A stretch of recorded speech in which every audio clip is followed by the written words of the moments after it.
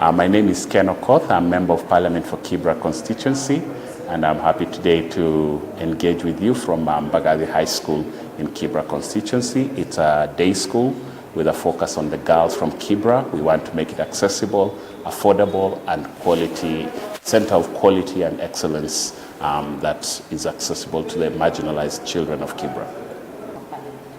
This is my second term in Parliament, and in the Parliament that we've begun now, that will go on until 2022, we have brought together a number of MPs from different political parties, from all the different counties around Kenya, around the issues of sustainable development goals and business. So we have a caucus, which is the Kenya Parliamentary Caucus on Sustainable Development Goals and Business. This is a caucus that will be a focal point to create parliamentary champions for the implementation, oversight, and budgeting and evaluation of progress towards the attainment of the Sustainable Development Goals.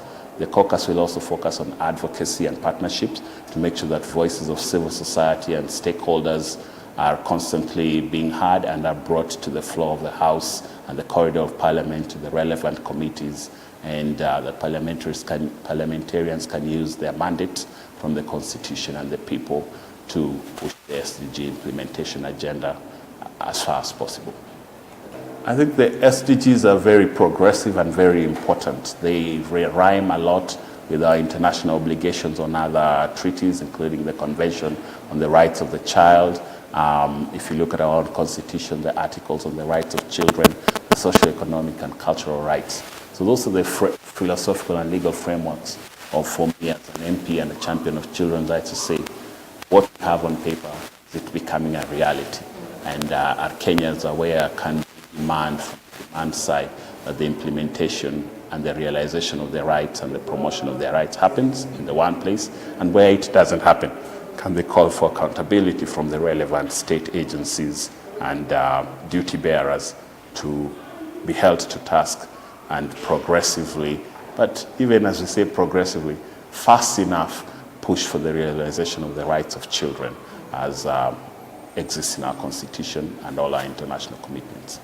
I think constant engagement. To me, if you have effective advocacy, a lot of times civil society people are doing this research or analysis, and it ends up on their shelves, in their silos. This is civil society.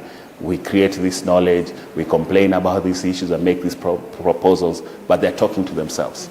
So my invitation, and I say nothing will ever succeed unless civil society start working as partners, hands in gloves.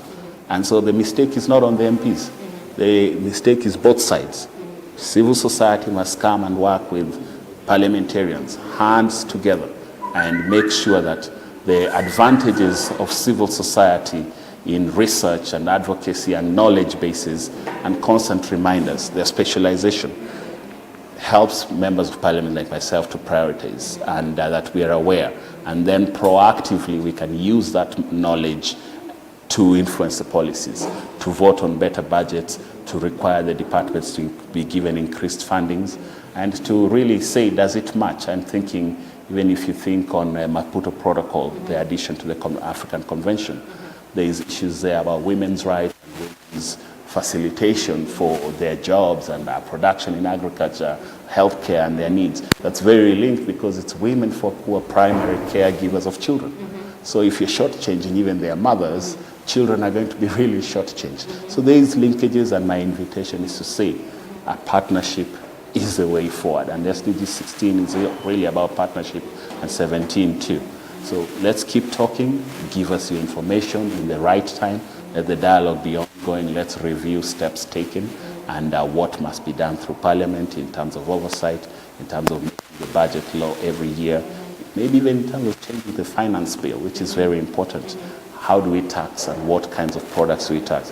What tax breaks do we give away? When you come to issues of funding and illicit tax justice issues, illicit financial flows, you might find there's issues about our financial budget every year and the finance bill, who are getting the tax breaks, which corporations are not paying their fair share of taxes as they operate in Kenya. And that shortchanges the government to not have adequate resources to implement.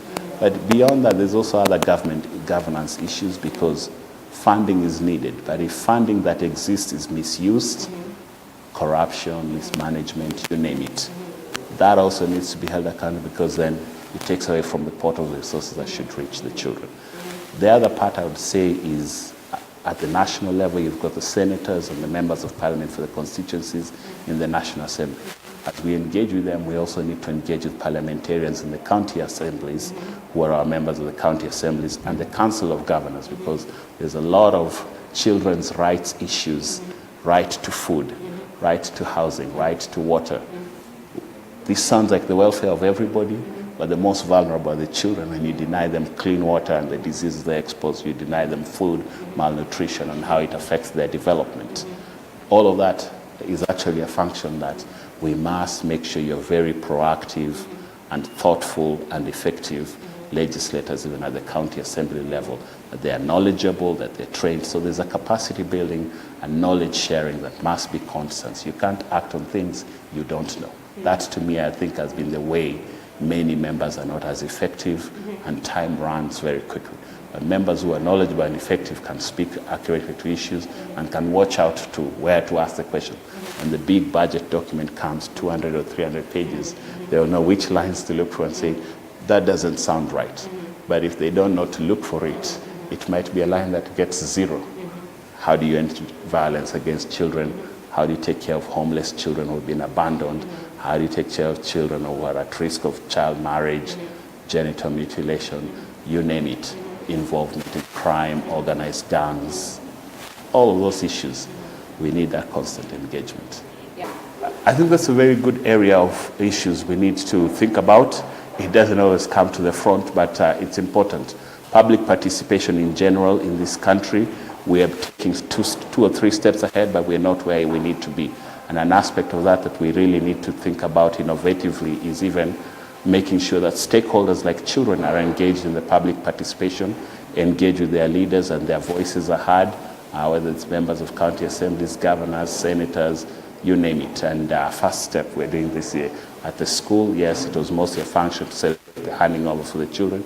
I'm pretty sure there's opportunities where the children themselves can write letters and you bring them to parliament, petitions with their teachers, or invite parliamentarians to come and hold a session, speak, question and answer.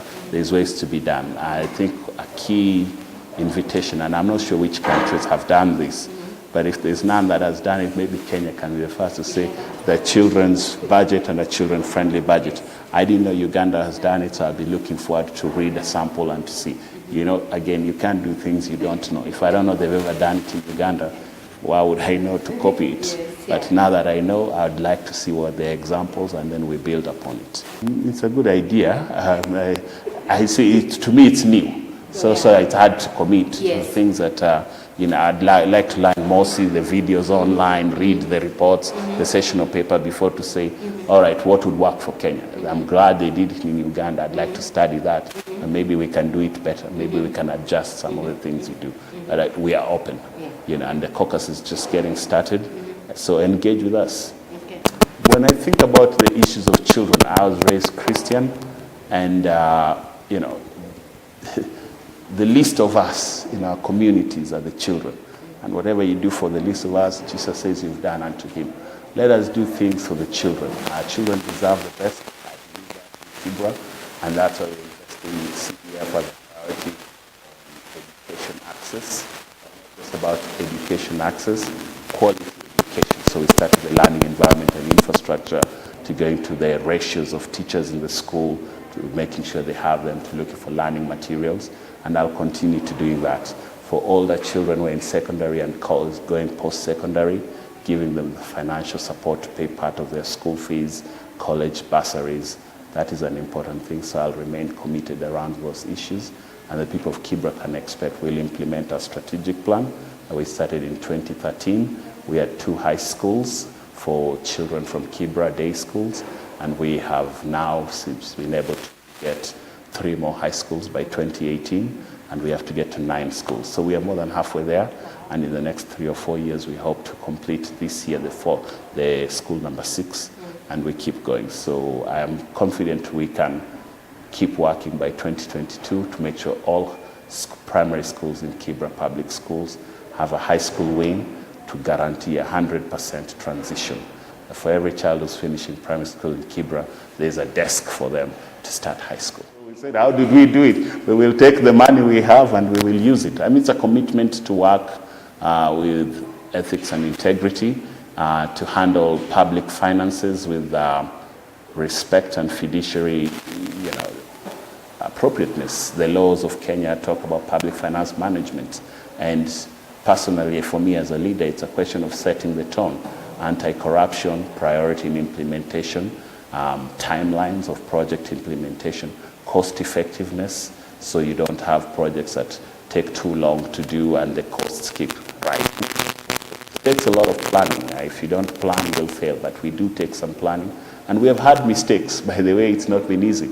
There's been learning challenges. We've tripped over ourselves. We've made mistakes. It may not be obvious when we have finished, but we've made mistakes and we've learned from them in each of the last big major projects we've done for building our schools. At every time we found something that didn't work well, and the next step we do better.